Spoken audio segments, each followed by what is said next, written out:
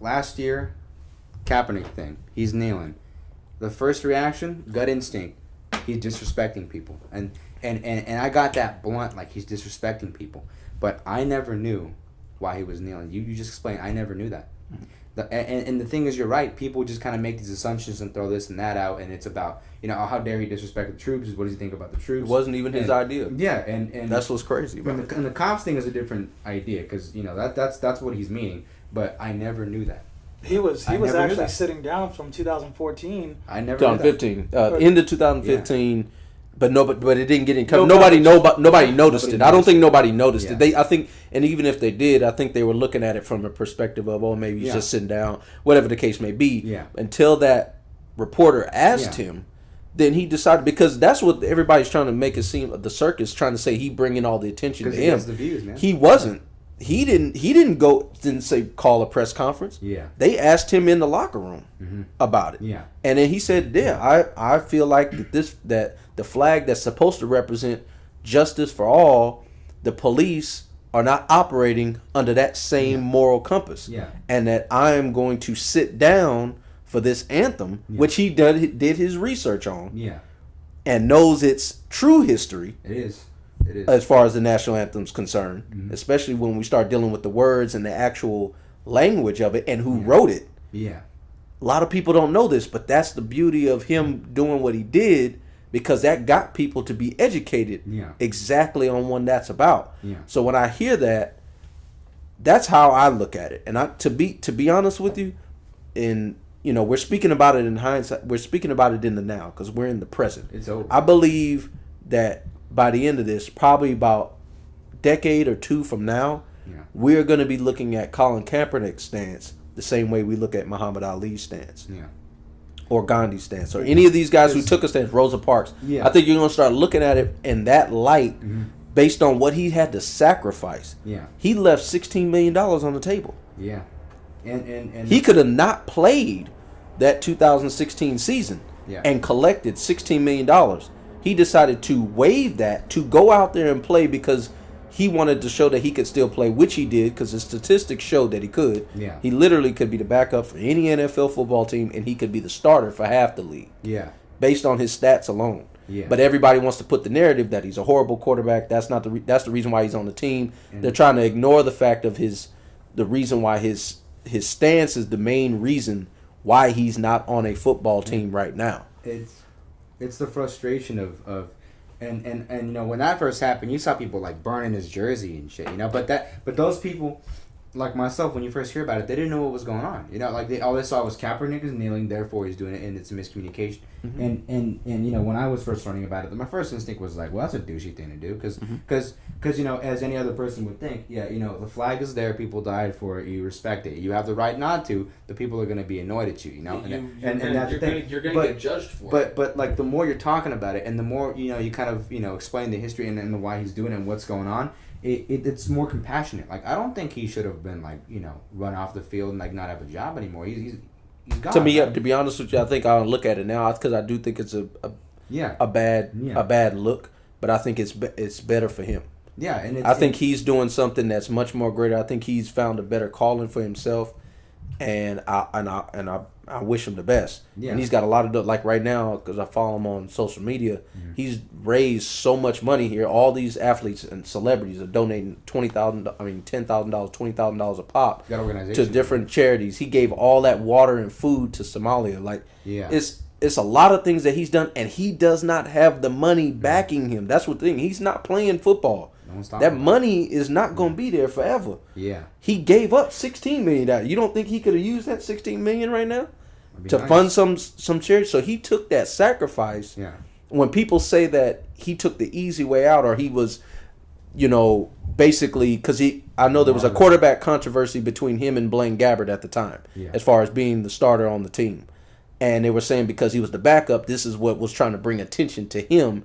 But nobody would sacrifice that type of money and go through this type of hell just to make it. Yeah. That doesn't make sense. Yeah. So I think I never know a man's heart, but based on his actions, it shows that he's going in the right direction, and it's not about him.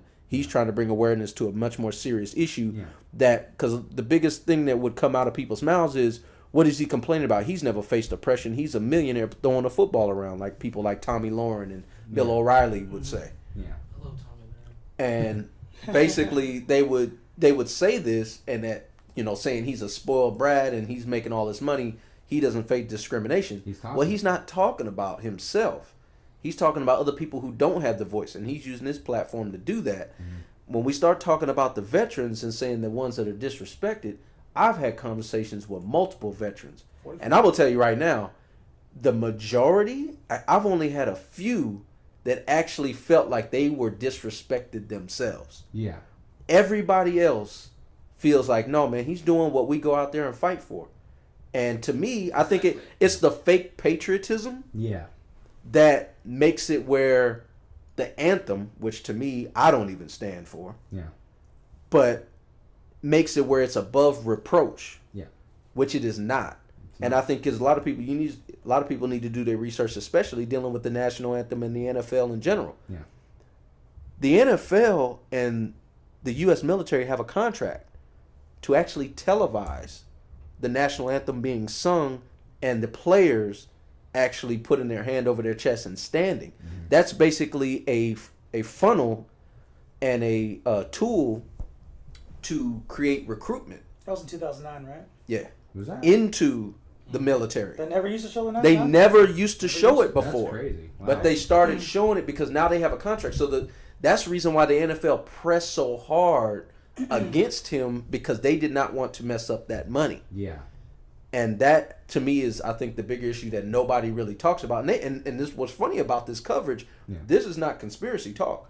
This has actually been on sports talk shows such as ESPN First Take and FS1 Undisputed. Yeah. They have actually talked about this, that, in 2009, they didn't have this, and that they have a contract where money is exchanged in televising these acts of patriotism, which, to me, I kind of laugh at. And I don't laugh at the patriotism. I laughed at the illusion of it.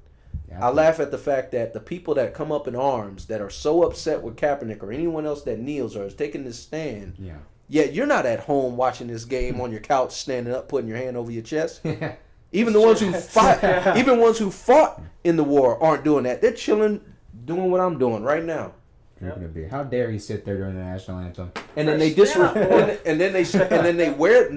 to me, if you want to go get technical, they say you should never wear the American flag. It should never be a piece of garment. It's in the Constitution. But they got it: hats, T-shirts, people sleeping in them, whatever the case may be. Girls in bikinis. But nobody talks about that. And nobody talks about that. So I think it's a lot of hypocrisy that goes around. Yeah. And I think, especially dealing with Colin Kaepernick, he has become the scapegoat of this bigger issue. Yeah. And it's the narrative, and what I keep saying and I keep talking about, and I won't never stop talking about it, is the idea that no one wants to have the real conversation. The reason why the narrative keeps changing is because if they were actually having to talk about the issues that Colin Kaepernick is trying to bring awareness to, that's where things are going to get real uncomfortable. And people are going to have to start taking accountability. And nobody wants to take accountability to make things better. They just kind of want it to go away. Yeah. And that's what the NFL is kind of taking on it, because they don't want to be associated with it. They know it's a monetary game. Yeah. It's all predicated on what cash is coming in. Owners have already come out and said the reason why they don't want to, and some of them have been somewhat truthful, and I give them that, is that they didn't want to bring Colin Kaepernick on, not because of his play, but because how much division it would cause with their fan base by bringing him on. So I think it's money is a thing. Right, and I think that's the bigger issue. But it's under the guise of patriotism, is that's what you're right. Like. And I think it's a lot of fake patriotism. I think a lot of people fake that to me. Yeah, and it's not fair when companies do that. I believe especially like in a different circumstance, not just. And this happens everywhere. Like, for example, you guys remember when the Chick-fil-A owner was like, I don't support gay marriage, or the gay marriage thing? Right Man, after that chicken sandwich is mean, man. That's hard. Even if I was gay, You're I'd be just like, man. But like right after, it's I'm only going to go to y'all once a month. Now, but like, I'm not even. But I'm like, really open for it. I'm about to go swing by that right chicken now. sandwich is too good. It's way too good. But the so after that, right? They were like, the guy's like, I don't support, the whole legalizing gay marriage thing. What happened right after that? You had Doritos, you had Oreos, come out with all these rainbow LGBT Monetary. food. And it was like, fake we support support. gay people. Fake We support support. come LGBT. Yeah. And they sold it for like a week and they made millions. Yep, fake they support. made millions. Because they don't care what that. If tomorrow 9 out of 10 people in this country were Klansmen, you know who's gonna be in those commercials? Dudes with hoods. Because who you selling to? You're selling to Klansmen. You're going to sell to the majority. And that's the problem. And it gets even worse when you put it under the guise of patriotism. I knew they wasn't gonna beat Chick-fil-A, man. They ain't even Chick-fil-A. open 7 days a week. Chick-fil-A. And they still killing the game. Yeah. You ain't beating that machine, man. I'm sorry. Every Sunday. That spicy deluxe is too bomb. So you're from Louisiana, right? No. I went to school. You ever had Bojangles? Briefly. I never had Bojangles. Yeah, the chicken. Yeah. Is that actually good? I never had Bojangles. It's good. Oh, It's good chicken. Hell Yeah. yeah. It's, Dude, that's a bomb. I'm a Popeyes man. If I had to choose. Okay. Yo. This dude made him miss a train because of Popeyes. Okay. But it's Popeyes it's is good. my It's life. good chicken. I can tell you right now that the name Bojangles for that Sponsored. chicken place has Sponsored. probably got to be the Sponsored. most Dude. racist name For a for a chicken spot. Bojangle? Bojangles is a tap dancer. Fuck. He said, Damn, he said- Bojangles. It's like, you know what I'm It's just like- I what don't else care is if racist? I You know don't what care else if is it's racist. It's delicious. You know It's what else just like- is racist? You know what else is racist? Aunt Jemima. Because Yeah. who's Uncle Tom's wife? Aunt Yeah. Jemima. Who's sitting on the bottle? Y'all Looking all making me pretty hungry smiling. right now. I know. Yeah. Who's sitting on the bottle all fat and happy, sitting in a nice little house with an apron and a little, Yeah. a little towel head? Aunt Yeah. Jemima. Right. What she doing? She's making you some pancakes. Right. What's going on with that? No one talks about that either, Yeah. Miss Butterworth. Miss Butterworth, she's the other thing. She's the one that owns the house, but Jemima's there making the pancakes. You feel me? Miss Butterworth got hips though. Yeah. Yes, Miss Butterworth got some butt to Yeah, work. that butter, it's thick. You feel me? It's But in thick. in two senses. I can't But, believe how we went. but- I can't believe we went from ColinKaepernick to syrup. Syrup and chicken, man. Hell yeah. See, You can't go chicken wrong and with waffles that. already. But I can, Oh, almost and me being initially when I initially heard the news of Kaepernick, kneeling in the whole thing, the first thing I thought was, oh man, that's gross. Like he can No, do it's it. gross. like gross I was like, you lord. can do it, but I'm kind of disgusted, appalled. But that's because I didn't know much about why exactly. Because people would just say, oh, he's protesting, and no one would talk about it, but didn't explain why he was kneeling. Who he was Because talking more- Well, to. the media didn't put it out there. I was the complete Yeah. opposite. I saw that he did it, and I knew immediately that it was a protest because clearly you don't go. Oh, I'm just not gonna get up for it. Either you sit down or you're gonna My say knee the whole hurts, thing. bro. So I knew for a fact it was gonna be a Yeah. protest. Yeah. But I waited until information came out, till he said what he was going to say, until everyone got their coverage in and Yeah. found what sources were the most reliable. Once I found the information, I came to my conclusion whether I disagreed or agreed with it. And once again, I see both sides of the situation. I see the people who tune in to watch a football game here and there, and they see Colin Kaepernick and it's on their favorite team, and he's kneeling, and they can feel disrespected because like you live in America, you live in the most freest country in the world, and you're kneeling for the flag, which that's their opinion because they don't know the full story behind it. But I also see the point of view where people are saying like, yeah, don't kneel for anything or don't stand for anything. Everything sucks, and it's just extremists or people it boils down to either extremists or ignorant people that don't know what's going on, or they know what's going on, but they're going to take things to the extreme that's just going to ruin it and give a bad image to everything else. That's what it boils down to. Either you're ignorant because you don't know what you're talking about, you're just trying to talk out of your ass, or you know what you're talking about and you're trying to focus on one specific thing, but there are these people that are extreme and are ruining the concept that you're trying to talk about. There's one thing that I rarely say that I don't usually, because it's kind of a scapegoat, but for this case, Colin Kaepernick, he got set up by the system. Because I'm going to say for him, because the NFL, the false patriotism, because he was being divisive. The media, which he never tried to go out to in the first place, they reached to him and they grabbed onto something. And as soon as they had it, they went with it. They drove a narrative. And they drove a certain narrative and that they know it's going to get them tons of money. And I rarely ever think that way because I feel it's more like a scapegoaty kind of thing. But in that case, Colin Kaepernick, he got played. He was a scapegoat. And I think he looks at it. And the fact that he's going out to Somalia giving money, and he could have had more, but he decided to stand with his values and his ideas, which is the most American thing you can do out there, he's suffering for it, and he's trying to help people. And that's I don't. To me, at this point, I don't necessarily think, and I don't know the man, personally, but I don't think he's suffering anymore himself in his heart as far as what he's doing. I think he's suffering in the sense of what he sees other people who look like him and like us are going through and have to endure on a day-to-day basis. That is what he's suffering about, and that's what he's heard about. Yeah. But I believe his circumstance now, and I think he's come to that realization just based on his actions. That yes, I think if an NFL team hit him up, yes, I think he'd want to play. Yeah. But I think he's also come to the realization that I think he's found something that he's better at. Yeah. Or it feels like his soul is connected to, which I'm not saying he wouldn't want to play football, because from what I've seen him in a couple videos. Yeah. He's still in shape. He's going for it, but there's some and he's not like out of shape, thin. He looks still like he's still working out. Yeah. I've never been a football fan. I'm the guy who hops on to see the Super Bowl and cheers for whatever team. He was laughing at Tom Brady's tears. Everybody's against Tom Brady. I'm sorry, but I hate Tom Brady. Yeah. I think the majority of America except New England was an Eagles fan for one day. Yeah. It's like I was so happy for Philly, like I was from Philly. I was like, yeah, man. Damn, man. I'm about to eat me a cheesesteak, Philly cheesesteak, right after this Super Bowl. Good job, guys. But straight up. Like I said, I don't really watch football and stuff, but I've seen Colin Kaepernick play on certain YouTube clips and stuff. That dude can play. Yeah. That dude can throw. That guy can run. He can do his job, and he does it well. It takes balls to stand up to a system that's already telling you to stop it and give up what you've got and what you're good at, to follow a passion you feel is more important. Exactly. And you got to commend him for that at least. Exactly. That's what boils down to when I said that I don't have to agree with the message, but I can respect him. Yeah, I can respect him for doing what he's doing. I can respect him for that sort of stuff. And if it wasn't for that NFL kind of like system and the whole media thing kind of drumming that up, he wouldn't be in this bad of a situation now.